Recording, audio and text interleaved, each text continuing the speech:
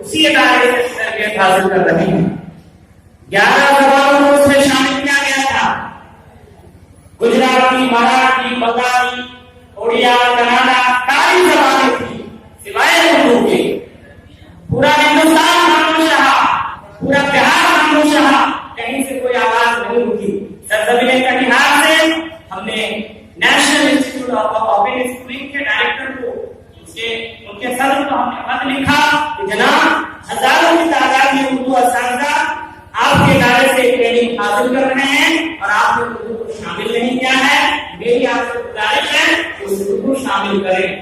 افسوس کی بات ہے جناب امتیاز کریمی صاحب ڈائریکٹر اردو ڈائریکٹوریٹ، انہوں نے بھی کوشش کی اور کئی ہزار کی کوشش کی، مگر NIS کی طرف سے صرف اتنا کہا گیا کہ آپ اردو زبان میں امتحان دے سکتے ہیں. ہمارے سامنے مسئلہ درپیش تھا اور ایک بڑی تعداد میں اساتذہ کی ان کے سامنے ایک مسئلہ ہے اردو کے علاوہ زبانوں میں امتحان دینے میں، امتحان کی تیاری کرنے میں انہیں بڑی دشواری کا سامنا ہو رہا ہے. اس کے پیش نظر ہم نے یہاں سے لے کر پٹنہ تک، وہاں سے مائنورٹی کمیشن، مائنورٹی منسٹر، اسی طریقے سے جتنے بھی اعلیٰ حکام ہیں، جناب وزیر تعلیم وغیرہ جتنے بھی بڑے بڑے وزراء ہیں ان کے ذریعے سے NIS کو منظور دلوائے، مگر قابل قبول یا اس کو منظور نہیں کیا گیا. نتیجتاً پہلا سیمسٹر کا امتحان ہو گیا مگر نہ تو اردو زبان میں مطالعہ مواد دیا گیا اور نہ ہی اردو میں کوشچن پیپر دیا گیا. ہم اپنے آپ میں احساس کمتری کے شکار تھے.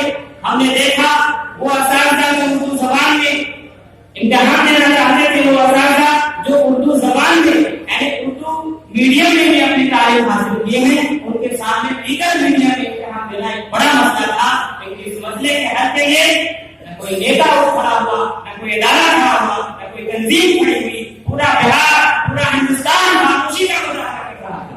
ایسی صورتحال میں بہار اسٹیٹ اردو ٹیچرز ایسوسی ایشن کا قیام عمل میں آیا اور اس کے بعد پھر ہم نے پٹنہ ہائی کورٹ میں 4 مئی 2018 کو ہم نے ریٹ داخل کیا CWJC چارج ایکٹ 2018 اور اس کے بعد ہم نے اس میں یونین آف انڈیا، NIS اور اس طریقے سے محکمہ تعلیم بہار کو پارٹی بنا کر کے ہم نے عدالت سے انصاف کا مطالبہ کیا. نتیجتاً NIS نے اپنے نصاب میں، اپنے اس کورس میں اردو کو شامل کیا. بڑی تعداد ہے ایسے اساتذہ کی جو نہیں جانتے کہ یہ کام کیسے ہوا. ہزاروں سال نتیجہ اپنی بیروری پہ ہوتی ہے، بہت مشکل سے ہوتا ہے چمن میں بھی درد پیدا. ہم یہ سمجھتے ہیں کہ NIS نے بڑی آسانی سے ہی اردو کو شامل کر دیا.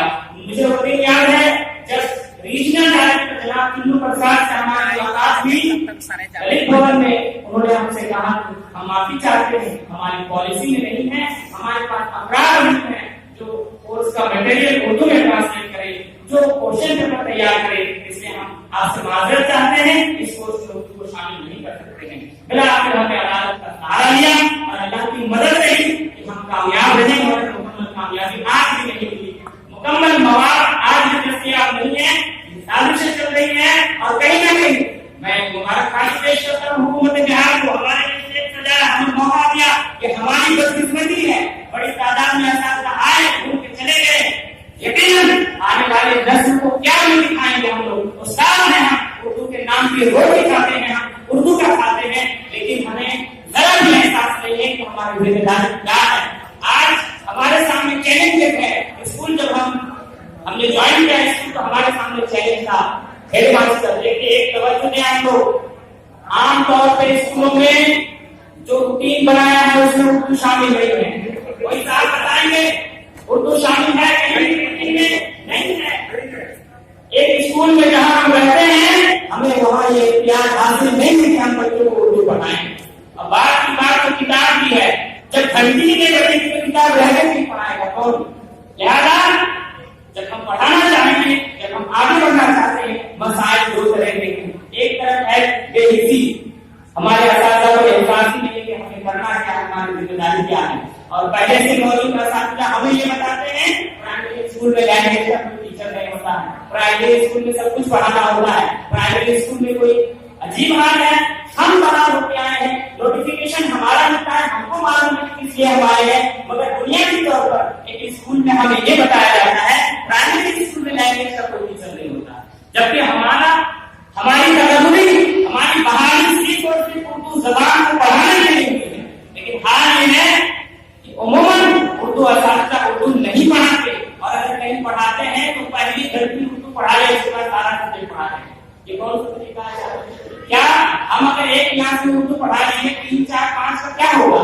ایک اسکول میں مشکل سے ایک اردو ٹیچر ہے, باقی کلاس کا کیا ہوگا؟ لہٰذا ضرورت اس بات کی کہ ہمیں جو چیلنجز درپیش ہے اس کا حل کیسے ہو. اردو کا فروغ, اردو کی بہت اہم ہے, ہماری مادری زبان ہے, اس کو بچانا ہے. صرف ان کوٹیشن سے اور ان لمبی چوڑی باتوں سے کام نہیں چلے گا. اردو کی ترقی میں آ رہی رکاوٹوں کو دور کیسے کیا جائے؟ جو اساتذہ اردو پڑھانا چاہتے ہیں انہیں اسباب و وسائل کیسے مہیا کرائے جائیں, ان چیزوں کو نظر انداز کر کے اردو کے فروغ کی بات کرنا پیمانی ہے. میں سمجھتا ہوں